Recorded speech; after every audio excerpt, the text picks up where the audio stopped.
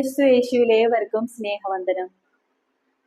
വിശുദ്ധ മത്തായി എഴുതിയ സുവിശേഷം 11-ാം അധ്യായം 28 മുതൽ 30 വരെയുള്ള വാക്യങ്ങളിലൂടെ യേശു നമ്മെ പഠിപ്പിക്കുന്നത് എന്താണെന്ന് നമുക്കൊന്ന് ചിന്തിക്കാം. ആ വചനങ്ങൾ ഞാനൊന്ന് വായിക്കാം. അധ്വാനിക്കുന്നവരും ഭാരം വഹിക്കുന്നവരുമായ നിങ്ങളെല്ലാവരും എൻ്റെ അടുക്കൽ വരുവിൻ, ഞാൻ നിങ്ങളെ ആശ്വസിപ്പിക്കാം. ഞാൻ ശാന്തശീലനും വിനീത ഹൃദയനുമാകിയാൽ എൻ്റെ നുകം വഹിക്കുകയും എന്നിൽ നിന്ന് പഠിക്കുകയും ചെയ്യുവിൻ, അപ്പോൾ നിങ്ങൾക്ക് ആശ്വാസം ലഭിക്കും. എന്തെന്നാൽ എൻ്റെ നുകം വഹിക്കാൻ എളുപ്പമുള്ളതും ചുമട് ഭാരം കുറഞ്ഞതുമാണ്. യേശു നമ്മെ പഠിപ്പിക്കുന്നത് അധ്വാനിക്കുന്നവരും ഭാരം വഹിക്കുന്നവരും യേശു ക്രിസ്തുവിന്റെ അടുക്കൽ വരുവാനാണ്. അങ്ങനെ വരുന്നവരെയാണ് യേശു ആശ്വസിപ്പിക്കാമെന്നാണ് യേശു ക്രിസ്തു നമ്മെ പഠിപ്പിക്കുന്നത്. അല്ലാതെ സമ്പത്തും മറ്റെല്ലാം നൽകാമെന്നല്ല. യേശു ക്രിസ്തുവിന്റെ അടുത്ത് യേശുക്രിസ്തുവിനെ ശരിയായി മനസ്സിലാക്കി യേശുക്രിസ്തുവിന്റെ അടുത്ത് വരുന്നവർക്ക് മനസ്സിലാകും യേശു വിനീത ഹൃദയനും സൗമ്യനുമാണെന്ന്. അങ്ങനെ മനസ്സിലാക്കുന്നവരും അതനുസരിച്ച് പ്രവർത്തിക്കുന്നവരുമാണ് വിനീത ഹൃദയരും ക്ഷമയുള്ളവരും ശാന്തശീലരും ഒക്കെ ആവുന്നത്. അങ്ങനെയാണ് അവർ ശിശുക്കളായി തീരുന്നത്.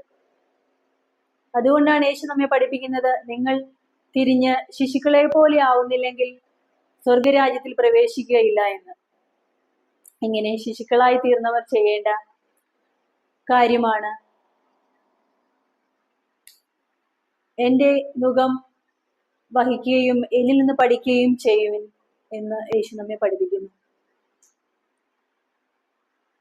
ലേൺ ഓഫ് മീ എന്നാണ് ഇംഗ്ലീഷ് വായിക്കുകയാണെങ്കിൽ നമുക്ക് മനസ്സിലാക്കാൻ സാധിക്കുന്നത്. അതായത് യേശുവിനെ കുറിച്ച് പഠിക്കണം എന്നാണ്. യേശുവിൽ നിന്ന് പഠിക്കണം. യേശുവിനെ കുറിച്ച് ശരിയായി പഠിക്കാത്തത് കൊണ്ടാണ് നമുക്ക് തെറ്റിപ്പോകുന്നത്.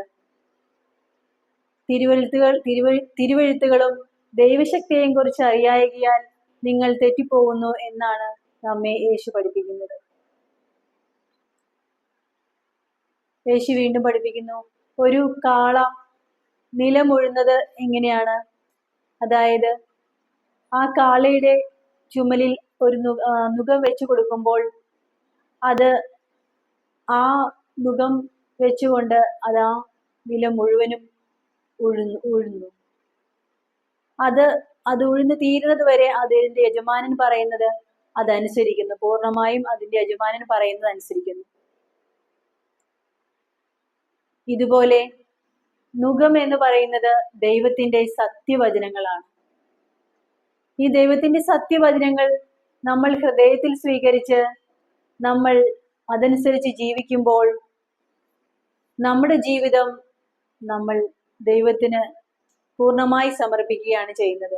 അപ്പോൾ ദൈവം നമ്മുടെ ജീവിതത്തെ ജീവിതത്തിന്റെ എല്ലാ നിയന്ത്രണങ്ങളും ദൈവം ഏറ്റെടുക്കുന്നു.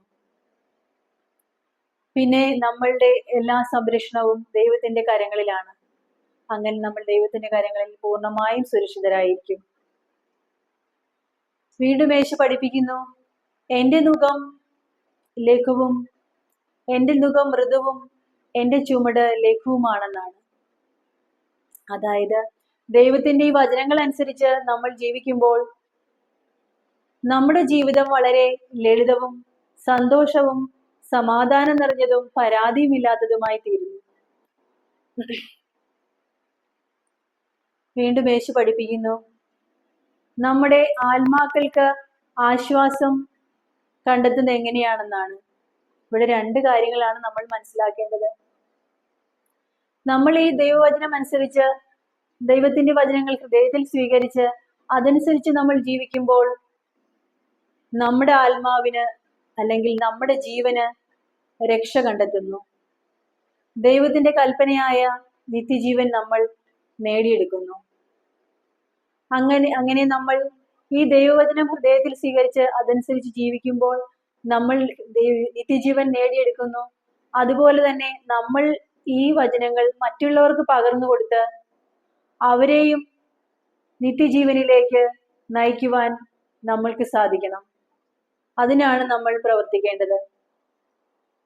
അങ്ങനെ നമ്മൾ മറ്റുള്ളവർക്ക് ഈ സത്യവചനം പറഞ്ഞു കൊടുത്ത് അവരെയും നമ്മൾ നിത്യജീവനിലേക്ക് പ്രവേശിപ്പിക്കുകയാണ് ചെയ്യുന്നത്.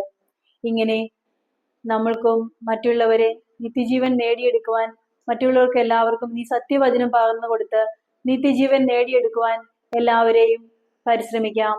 അതിന് ദൈവം നമ്മളെല്ലാവരെയും സമൃദ്ധമായി അനുഗ്രഹിക്കട്ടെ എന്ന് പ്രാർത്ഥിക്കുന്നു.